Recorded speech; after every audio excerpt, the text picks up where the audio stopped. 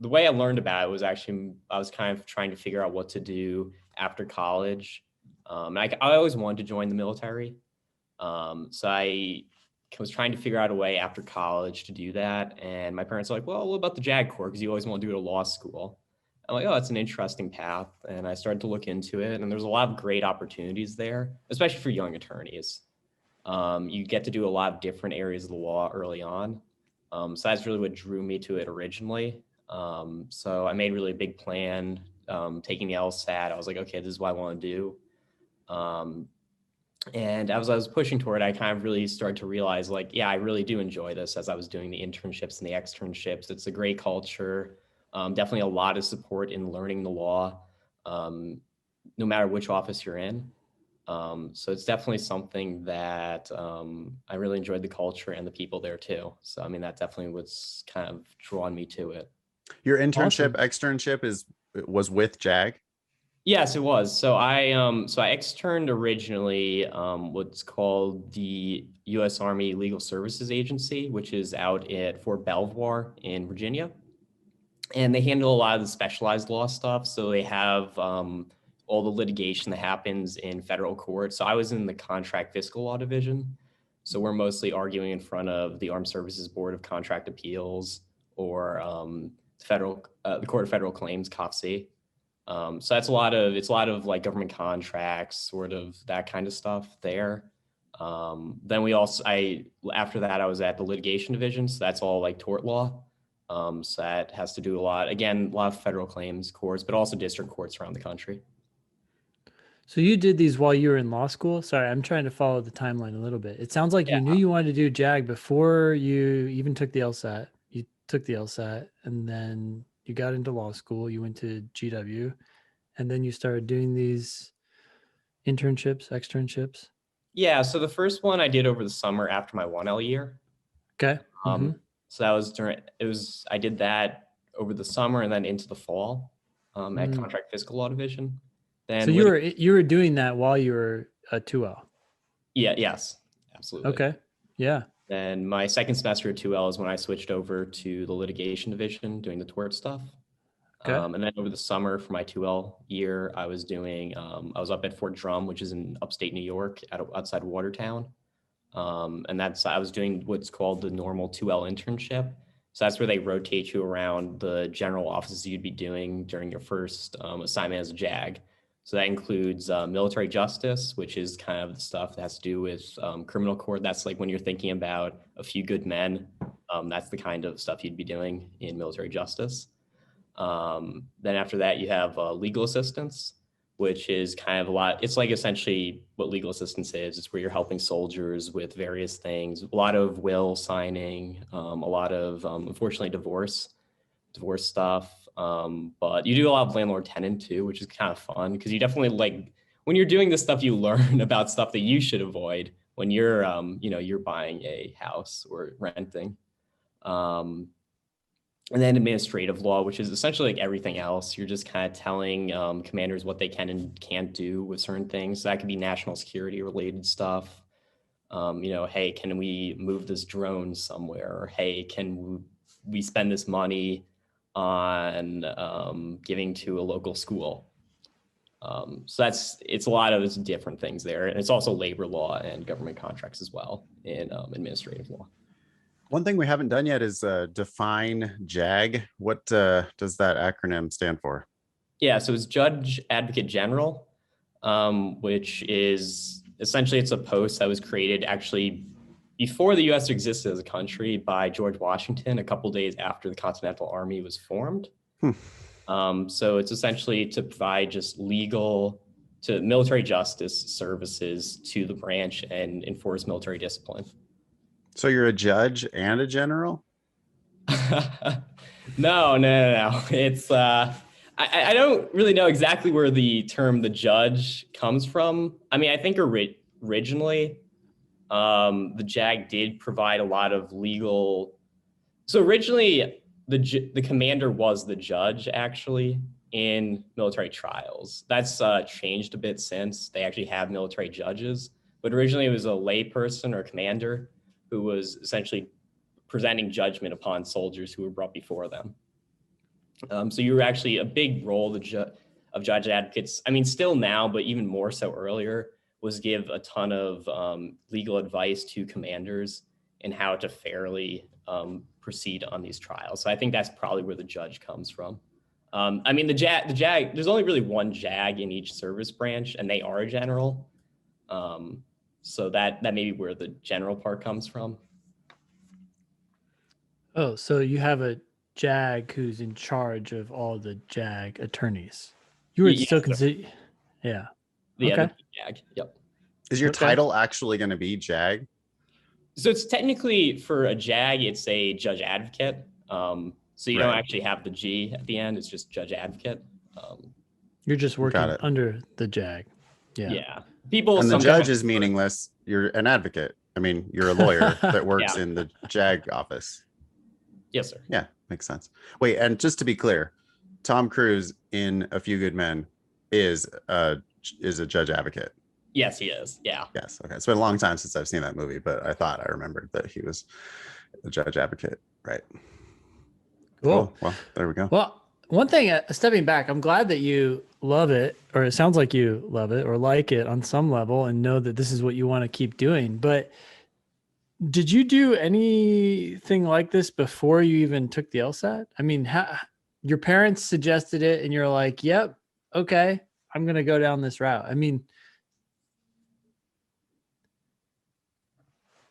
Yeah. So, I mean, I definitely think, I mean, I've always been a huge into military history.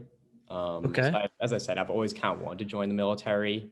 Originally, I wasn't able to coming out of high school. I wasn't able to do ROTC. So I was trying to figure out a way to kind of get back in to the game as, coming out of college. So I thought one of the ways to do that was, I mean, I always wanted to go to law school too. So I was like, okay, so this is, an intersection of those two kind of desires in my life. Without Okay. really, I guess, taking a step back really and being like, okay, like I've gone to college now, and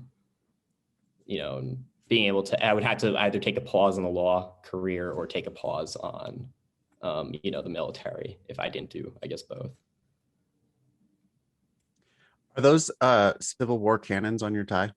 They are actually. I got this tie over at Antietam.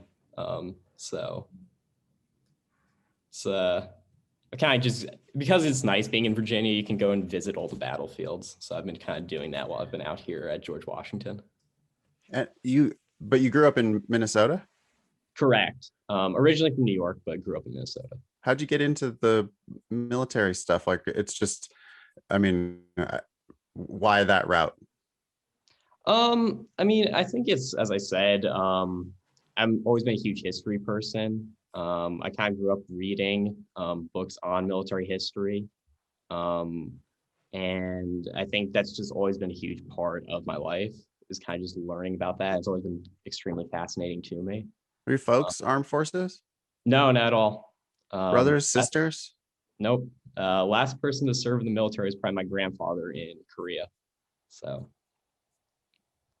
It's not too far removed. Maybe that's where it comes from. perhaps. Interesting. So you knew you were going to do this before you started at GW? Yeah. And that's part of the reason I chose GW, actually, was because it has a great program for that. The National Security Program is run by a former Army Court of Criminal Appeals judge, Lisa Skank. And she has a lot of connections and really has made the National Security Program at GW to be kind of focused toward kind of finding a pathway to JAG, to becoming a judge advocate. So, I mean, definitely the fact that I was able to do all these externships and internships was because of the close connection that GW has. I mean, obviously the location in Washington, D.C. helps, because you obviously have, each of the services have people in Washington, D.C. But I mean, a big thing is just the fact that, GW really encouraged externships and internships throughout my time in law school. And that really helps, I think, when you're trying to become a JAG, is to be able to work in the field. Are you going to get to control where you live, or are you going to just be like, well, wherever they send me, that's where I'm going? Yeah, that's pretty much how it is. You do get to do a listing of your top choices. But But if they give you the last choice on your list, it could tough. very much happen. Yeah. But honestly, I'm looking forward to going anywhere. Yeah. I did move around a lot as a kid, so honestly, and most of the military bases won't bring me back to Minnesota, and I'm fine with that. I'm Yeah. fine. I explore the country. Well, I mean, depending on the climate for legal hiring, new law grads really need to be pretty geographically flexible in order to get a job anyway. So, it's just like you kind of know in advance that they can send you anywhere and you can kind of give them some preferences, but you're just going to have to go. But like, I guess that you have a job. Yeah, absolutely. At this point, I've been selected. I mean, obviously, if I don't pass the medical stuff, then I won't. I also have to go through basic training next January. Wow. So they really expect you to be part and parcel with the military in the same, even though your work is going to be predominantly intellectual, right? Yeah. Mostly it is going to be, legal stuff, being a lawyer. But the motto of the Army JAG Corps is soldier first, lawyer always. So, I mean, under that, you really are a soldier first. And you're expected to do all the stuff that a soldier Well, is. they could actually send you to war, right? If the shit totally hit the fan and they just like really needed bodies. I mean, in basic, they're gonna like give you a rifle, right? Right. So, I mean, JAGs are required to carry when they're deployed. And you do carry a rifle when you're outside, kind of outside the base. I mean, generally, you're obviously not going to be a frontline officer in the Army, the Navy, or the Air Force, but actually in the Marine Corps and the Coast Guard, you are a line officer. So the Marines, actually, you could be on one tour, you could be a legal officer. They actually don't, I think, have judge advocates in the Marine Corps. It's actually just called legal officer. And then the next time you could be leading an infantry platoon, the Marines. So it's a much different process there. And Coast Guard's the same way.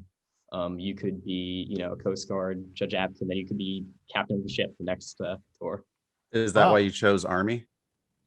It is in part. I really like the Army culture of definitely they have that kind of focus on where you're able to do a lot of different areas of the law. I mean, obviously Army is the biggest branch, and they allow their judge advocates to do a lot of specialized areas of the law.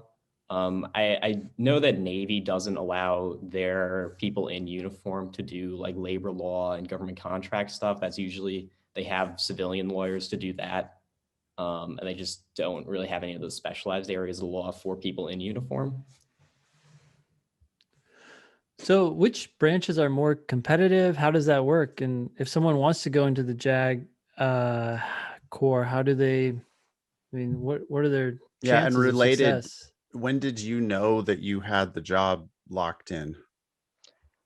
All right, so I'll answer your question first, Nick. It's a pretty easy answer. Okay. So I learned in kind of November of my 3L year.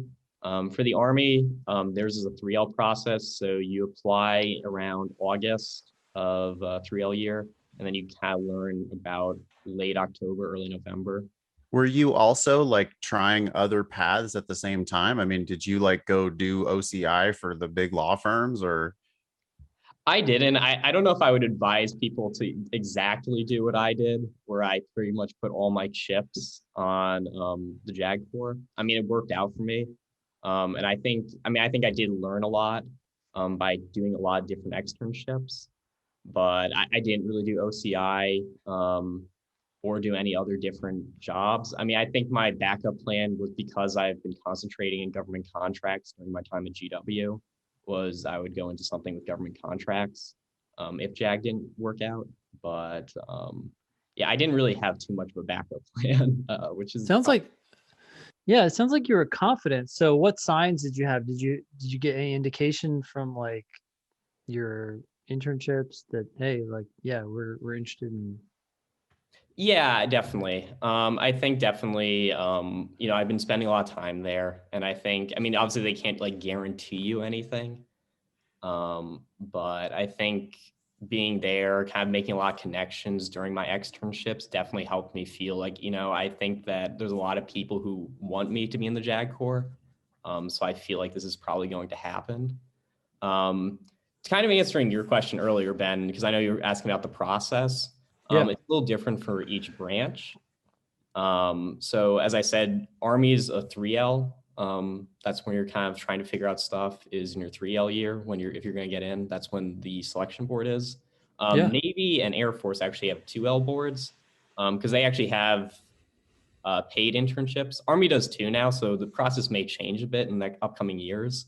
As right now, Army's still 3L, but Air Force and Navy both have 2L internships. So that kind of allows them to kind of look at people and see if they can assess on to active duty. So there's people at my law school right now who found out their 2L year, like, hey, I have a job now after law school. So definitely that's probably a very nice thing to have when December, January of your 2L year. Okay. You graduated last year? No, I'm actually a 3L this You're year. a 3L now. Okay, I see. So like a month left of school. Congratulations. Is it true that they scare you to death your first year, they work you to death your second year, and they bore you to death your third year? I think it's partly true, though. To be honest, this year I feel like I've been worked to death again. So I think I kind of Yeah. deal there. I think that's actually the truth for people who are going to turn into real lawyers, is that they work their ass off all 3 years. It's just the profession, right? Yeah. That's what you're getting into. Yeah. I mean, I think the nice thing about 3L years, though, you can do kind of things outside of law school too. Like I've been doing legal volunteering at Fort Myer, which is attached to Arlington Cemetery. So I kind of do that on the side too, in addition to law school. And yeah, it's another thing that kind of takes up time, but it's definitely something that I enjoy. And it is kind of nice to do your 3L year to kind of break up classes. Everything's been online now for a full year. Yeah, GW's been online all year. So yeah. I mean, like since it happened in the second semester of your 2L year, right? Yeah. I mean, actually, if you think about it, except for like a couple months of second semester 2L, it's almost been half the time online.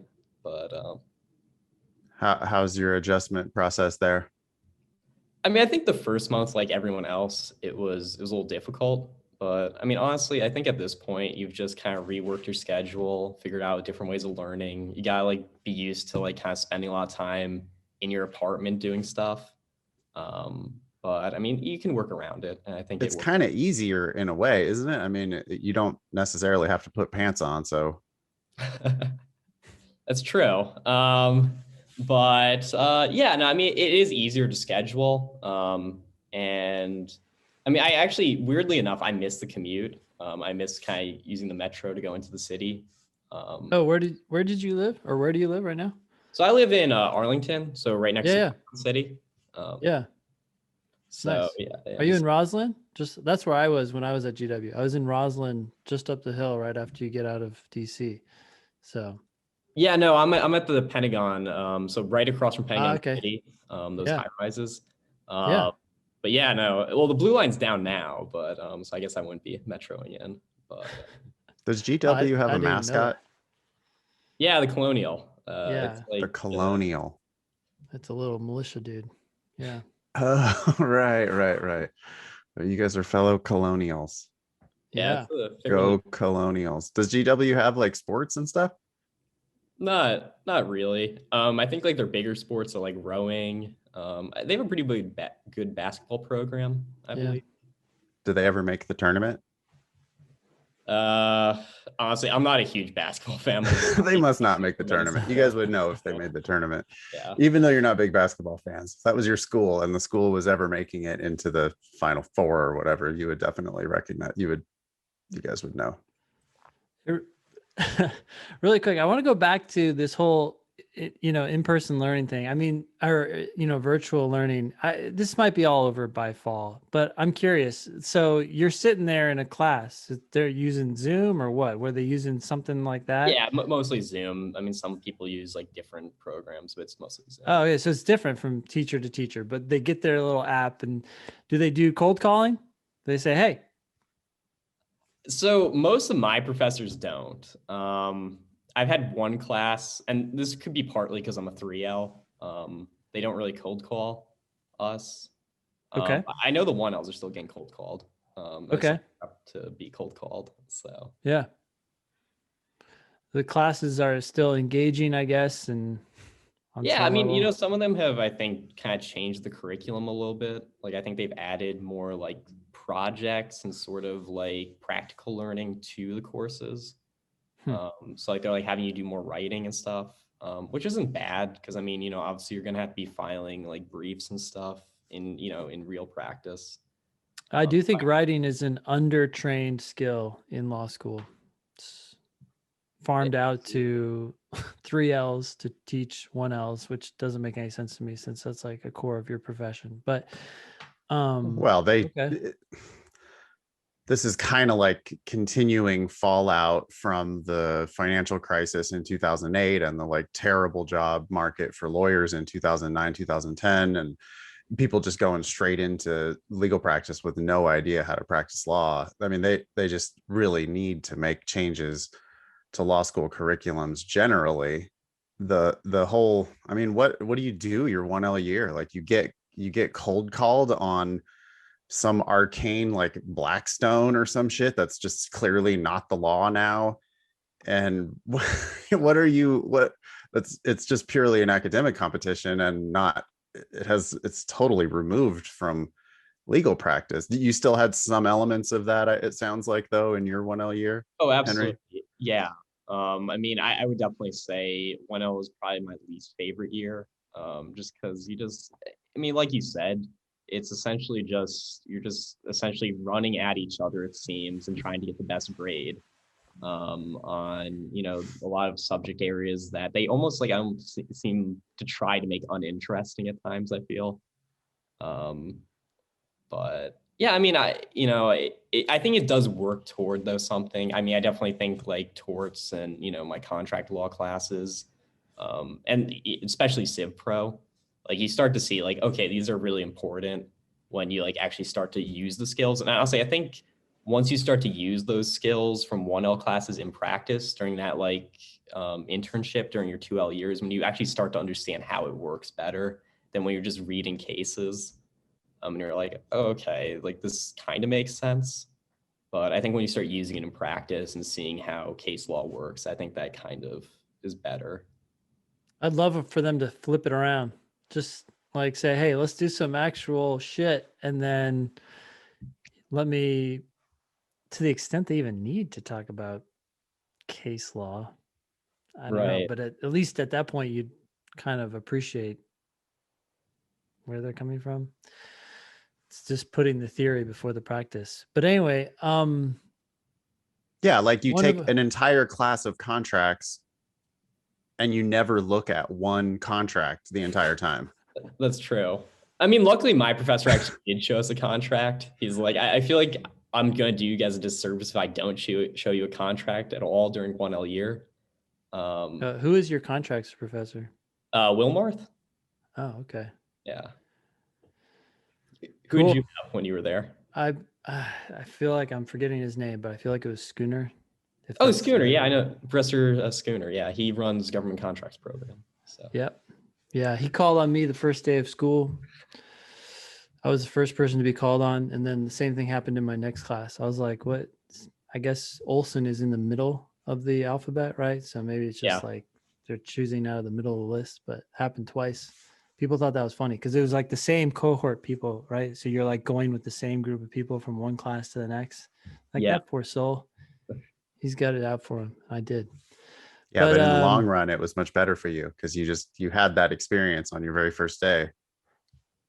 My first class was Civ Pro, and we were like in these small classrooms, small groups, and they were calling on each person in my row. And I was like, oh gosh, it's coming to me. because he called on the person next to me to my left and the girl next to me on my right.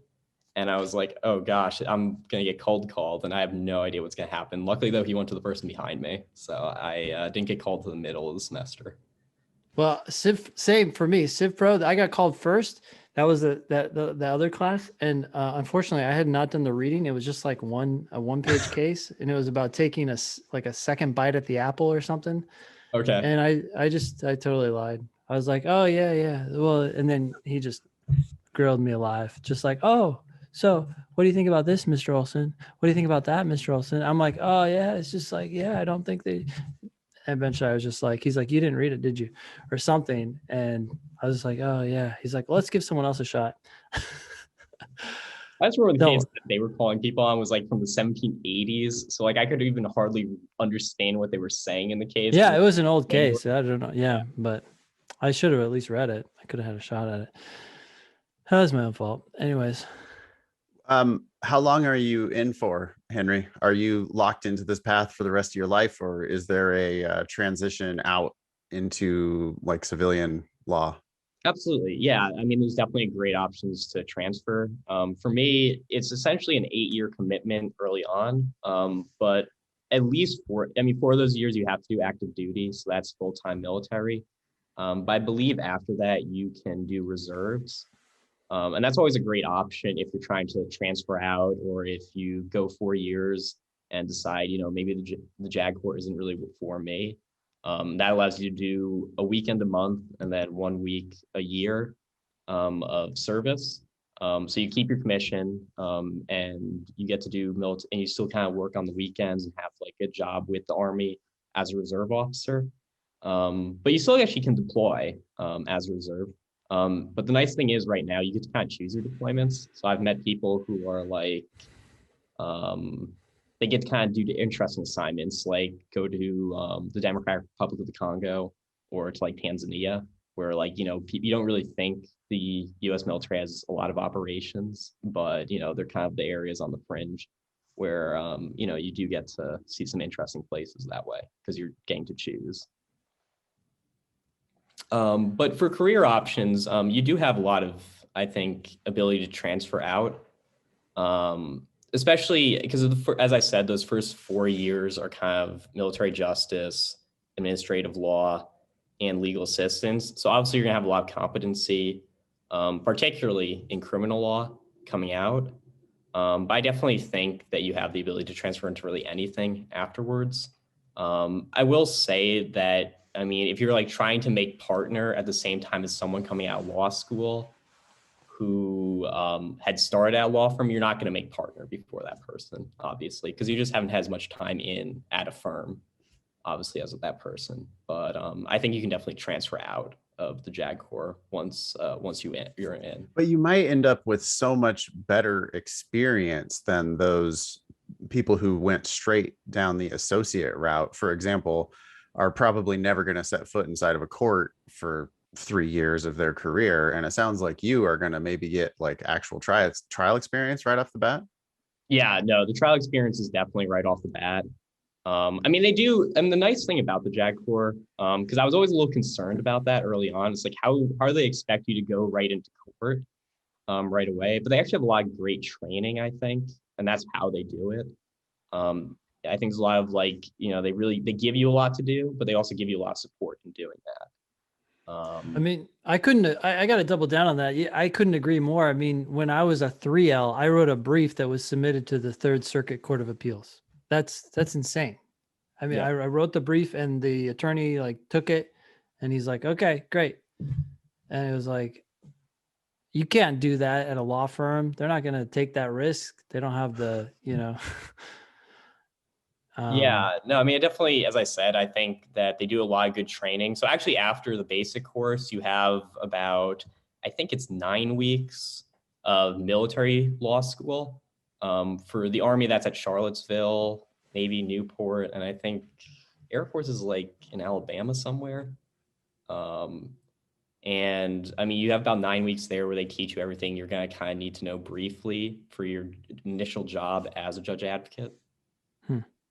This would be a rude question normally, but I believe it's public information. What's it pay compared to like associate salaries at a law firm? Yeah, well, I mean, it's definitely probably going to be less than big law. I'd say my friend and I looked it up once, and I think it was about like um, mid 70, 80,000. So I mean, it's not horrible. And I mean, that's with benefits and all. But Well, yeah, military gets incredible benefits, right? yeah, And absolutely. early retirement and everything else. Can you do is it the same thing, like 20 years and then retirement? It is, yeah. I mean, the Yeah, program's changed a little bit. They're now doing a different kind of retirement system, but it's still the 20-year requirement. that's Um, amazing. Okay, so 70-ish, 80-ish, something like that. Um, yeah, that's more than probably, well, the average I mean, it lawyer, depends on your area starting too. lawyer makes the 100, but there aren't any people who actually make the 100, right? Everybody makes 160 or they make 55. 50. Yeah. Yeah, and so you're going to be definitely a step above, I would say. So you're definitely going to be more than the median salary for new law grads. Yeah, I mean, it's a nice, I'd say it's a nice starting pay. It's not big law pay, but I mean, I didn't really expect that going in either. So Yeah. Cool. Um, anything else, Ben, for Henry? No, thanks for coming on. That's awesome. Yeah, Henry Carras is a 3L at GW Law and a soon to be Judge Advocate General in the Army. So you graduate and you just like right away, you said you got that extra like 1 month of JAG Law School. yeah, so I mean, I'll have to take the bar after, take the bar, get a bar in DC. I got a couple months after that because you hear back around, I think, October for the DC bar, or maybe it's November. But then January of next year, 2022, you go to basic and then you go to the law school, the law course. They don't even send you to basic until you've passed the bar. No. Because they want to make sure that everyone kind of is on like a certain timeline. So if like you don't pass the bar, they don't want to send you to basic and then you have to wait and stuff. Right. Oh, and I was going to ask about this physical that you have to pass. Is it like a certain mile time and all that stuff? Yeah. So the new physical requirements. Yeah. So now they have a new physical requirement. You have to be able to like deadlift. You have to do these like hand release push-ups, leg tuck. Ooh, tell me. I want to know where I'm at. So you have to be able to do for deadlifting. You have to be able to do well for JAG. You only have to do like 135, 3 reps of that. Okay. That's the minimum. The maximum's 340. If you do more than that, you can't be. They're like, no, sorry, you're out. You need to be on the front lines. You're too strong to be a lawyer. We need you carrying stuff. No. No. They don't kick you out for that. It's just extra credit at that point. Okay. All right. Okay. So above 135, three reps. Got it. Yep. And then for, I think, push-ups, it's 10 hand release push-ups. Okay. So you clap in between each push-up. That's the Rocky thing. Okay. Yeah, I got it. Mm-hmm. Wait, he was 10? doing one-handed push-ups. You only have to do 10. That's not bad. Okay. Yeah. Oh yeah. One hand is harder. Yeah, that would be harder. But then you have to do a ball throw. I don't remember the distance on that. It's not too difficult. I think it's like a 50-pound ball or something. No, it's only 10 pounds. It's actually not. Oh. Like a football, you have to throw a perfect spiral. Well, it's like you have to like throw it overhead. Okay, yeah, got it. It's a medicine ball. Yeah, no. Over a wall. All those times we have to do that in JAG Corps. Okay. You still have the 2-mile run, which is I think it's like 21 minutes now though. That's not bad at all. That's okay. Yeah, that's not too bad. And let's see, there's like a leg. Henry, you're making me feel good. I feel like I could go join the JAG right now. Keep going. Hey, it's always possible. And then there's like a leg tuck where it's kind of like a pull up, but you bring your legs up to your knees, and you only have to do one of those for the JAG. One? I know. Oh my God, what's going on? Is our military ready for the It's for the JAG Corps, Ben. It's not the it's not the Navy SEALs. I mean, I think the thing right now is it's very easy to pass the ACFT, but very difficult to max out because you have to do 20 of those to get the max score. And what's the max score for? That gives you a higher rating? It's good, like if you want to get into, like obviously if you want to go and join, like like obviously be the JAG for the Army Rangers or like for one of the special forces. I mean, they do expect you to kind of keep up your physical fitness to somewhat their level. I mean, obviously they're not expecting you to be like a Delta Force operator, but they expect you to be able to like kind of hang with them somewhat on, I think, the physical fitness. Okay, cool. That's excellent. I thought I had one more stupid joke I wanted to make, but maybe I'm out. Thank you very much, Henry, for coming on the show. Is there any way people can get in touch with you if they want to ask follow-up questions about JAG? You could say no. You could say nope. Oh, absolutely. No, they're free to contact me via email. I mean, phone number would be weird because I feel like I don't want a bunch of like just random text. Right. Sure. What about LinkedIn? You on LinkedIn? I am on LinkedIn. Yeah. All right. We'll share your profile on LinkedIn and your email address as well.